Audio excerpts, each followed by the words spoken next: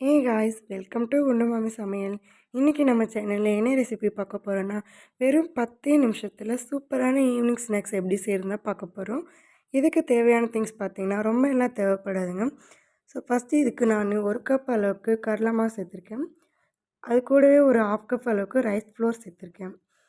So இப்போ இதில் வந்து நமக்கு தேவையான அளவு உப்பு சேர்த்துக்கலாம். அது கூடவே கொஞ்சமாக ஆப்ப சோடாவை சேர்த்துக்கோங்க. இதுக்கப்புறம் நம்ம கட் பண்ணி வச்சுருக்கிற ஆனியன் இது கூட சேர்த்துக்கோங்க.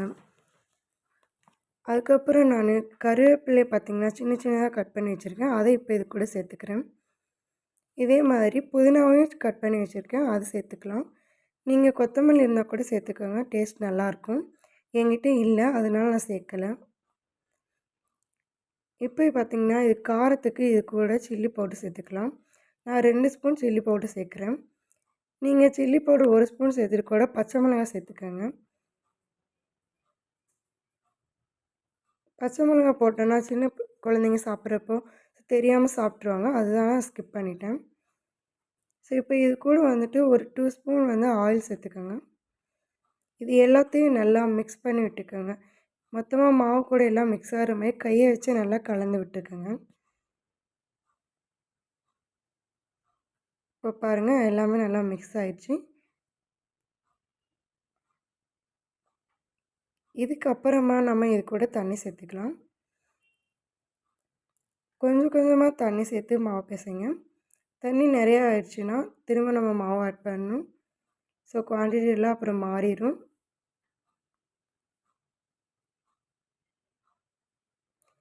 கொஞ்சம் கொஞ்சமாக மாவு சேர்த்து இது மாதிரி நல்லா பிசைஞ்சுக்கோங்க. ஸோ இப்போ பார்த்திங்கன்னா ஃபைனலி இந்த கன்சிஸ்டன்சி இருந்தால் போதும். ஸோ இப்போ வாங்க நம்ம இதை பொரித்து எடுத்துடலாம். இதுக்கு ஒரு பேன் வச்சு நான் இதில் நல்லெண்ணெய் சேர்த்துருக்கேன்.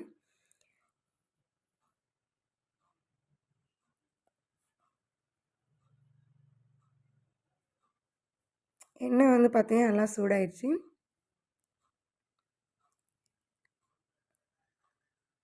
இப்போ நம்ம மிக்ஸ் பண்ணி வச்சுருக்க மாவு பார்த்திங்கன்னா சின்ன சின்ன பாலாக சேர்த்துக்கோங்க. இதில் நான் பார்த்திங்கன்னா இப்போ கையிலேயே அந்த மாவு எடுத்து சின்ன சின்ன உருண்டையாக நான் விட்டுக்கிறேன்.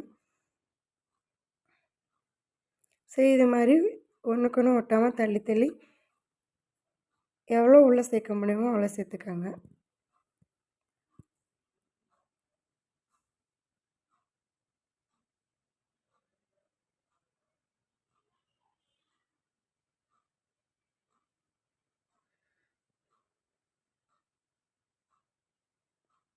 பார்த்திங்கன்னா நல்லா ஃப்ரை ஆகிட்டுருக்கு. ஸோ இது வந்து இப்போ கீழே வந்து நல்லா ஃப்ரை ஆகிடுச்சு. திருப்பி இதை மாற்றி போட்டுக்கோங்க. இது எல்லாத்தையும் திருப்பி போட்டு டபுள் சைடு நல்லா ஃப்ரை பண்ணி எடுத்துக்கோங்க.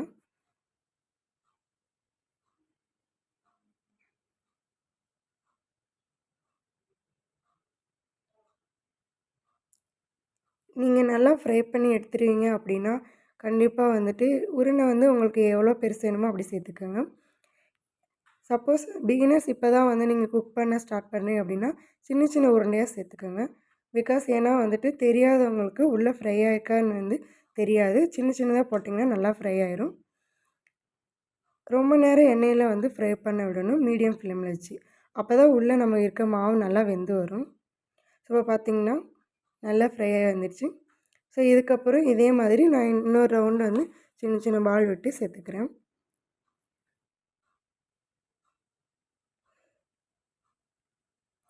வீடியோவை பார்க்குறதுக்கு முன்னாடி நம்ம சேனலை சப்ஸ்கிரைப் பண்ணாமல் இருக்கவங்க மறக்காமல் சப்ஸ்கிரைப் பண்ணி வச்சுக்கோங்க. அப்போ தான் நம்ம போகிற வீடியோஸ் எல்லாமே நீங்கள் ஒன்றுக்கு பார்க்க முடியும். இது வரைக்கும் நம்ம சேனலை சப்ஸ்கிரைப் பண்ணி நமக்கு சப்போர்ட் பண்ணிகிட்ருக்க நம்மளோட சப்ஸ்கிரைபர்ஸ் எல்லாருக்கும் தேங்க்ஸ், ரொம்ப ரொம்ப தேங்க்ஸ்.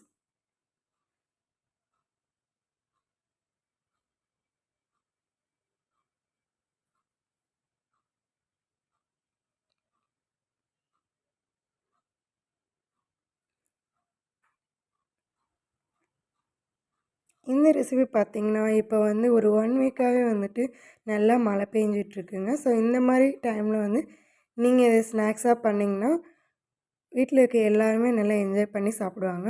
நமக்கு மழை பெஞ்சாலே நல்லா சூடாக எதாவது சாப்பிட்ணுன்னு தோணும்.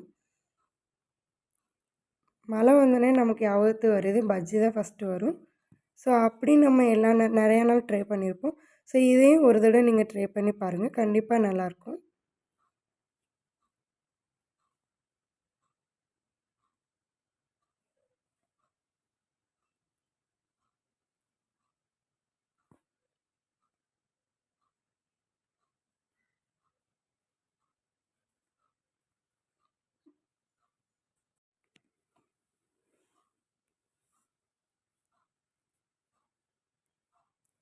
இப்போ பார்த்தீங்கன்னா, இதுவும் நல்லா ஃப்ரை ஆயிடுச்சு. ஸோ இப்போ இந்த எண்ணெயெல்லாம் நல்லா வடிச்சிட்டு சேர்த்துக்கோங்க. இத நீங்க பிளேட்ல சேர்க்க